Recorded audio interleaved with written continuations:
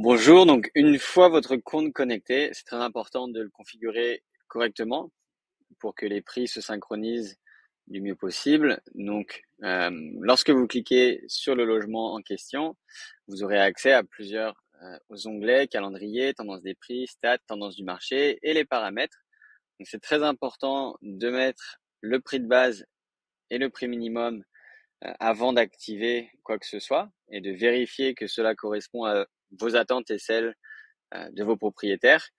Si vous allez dans les tendances des prix, le graphique, vous aurez visibilité sur les prix proposés sur les 12 prochains mois par Beyond en fonction du prix de base que vous appliquez.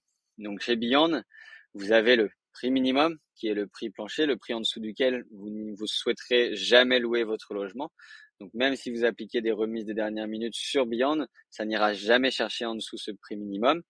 Votre prix de base, c'est le début de toutes les variations, la moyenne de l'année en quelque sorte.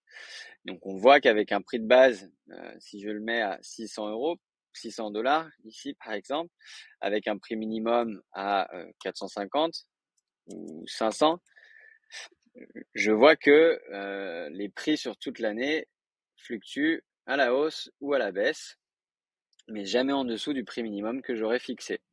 Donc vous voyez que sur des périodes à forte demande, comme par exemple ici, on peut aller jusqu'à 940 euros avec un prix de base 600 euros.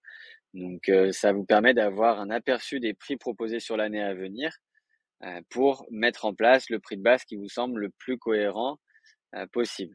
Rien ne vous empêche d'avoir un prix de base en dessous du prix minimum. Simplement, vous aurez des prix statiques pour une plus grande partie de l'année et donc moins de chances de réserver à certaines périodes de l'année un peu plus creuses. Voilà. Vous pouvez utiliser les statistiques des prix moyens que vous aviez réussi à pratiquer l'année précédente en cochant les cases sur le côté. Ici, j'ai pas forcément de données à vous présenter, mais cela vous permettra de voir les prix max que vous aviez réussi à louer l'année précédente sur le mois d'août, par exemple. Donc, ça vous donne une indication si vous allez chercher des résultats de prix moyen unité au moins supérieurs à ça ou un peu en dessous.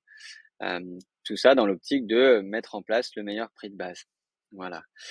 Une fois que ça s'est effectué, faites en sorte de bien configurer vos paramètres. Donc, prix minimum. Vous pouvez aussi ajouter un prix maximum, même si cela n'est pas recommandé, c'est possible. Et puis un prix minimum par saison. Donc si vous souhaitez être certain que pendant l'été, vous n'irez jamais en dessous tel prix, vous pouvez le configurer par période de l'année. Voilà. Séjour minimum, c'est pareil. Vous pouvez mettre un séjour minimum à l'année de 2 nuits, séjour minimum par jour de semaine, et puis après, séjour minimum en fonction de la période de l'année. Donc si pour l'été, vous souhaitez mettre 7 nuits minimum, tout ça est entièrement possible. Voilà. Vous pouvez mettre des séjours minimums de dernière minute, c'est-à-dire, ou même, temporels, c'est-à-dire que sur les 14 prochains jours, par exemple, si vous souhaitez autoriser les séjours minimums de 2 nuits sur les 14 prochains jours, cela prendra le dessus sur le séjour minimum saisonnier que vous avez mis en place pour l'été. De la même manière, si vous souhaitez que toute réservation longtemps à l'avance soit de 10 nuits minimum au-delà de 180 jours par exemple, vous pouvez le configurer de cette manière. Comme ça, vous êtes certain que s'il y a des réservations qui tombent 180 jours à l'avance, ce sera un minimum de 10 nuits. Voilà. Vous avez aussi la possibilité de combler les nuits orphelines, de réduire le séjour minimum pour combler les nuits orphelines, c'est-à-dire les nuits qui se retrouvent coincées entre deux réservations. Par exemple, pour l'été, si vous avez appliqué un séjour minimum de 7 nuits, mais que vous avez un écart de 4 nuits entre deux réservations, si vous ne cochez pas et n'activez pas cette fonctionnalité-là, cet écart de 4 nuits ne sera pas disponible à la location. Donc là, vous pouvez le configurer pour autoriser des séjours jusqu'à 2 nuits minimum, éventuellement. Voilà.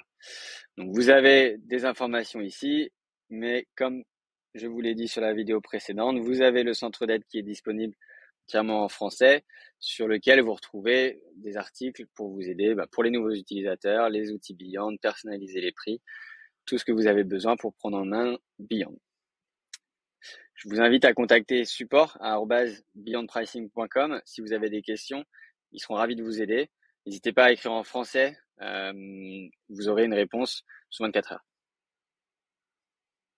Bonne utilisation à vous!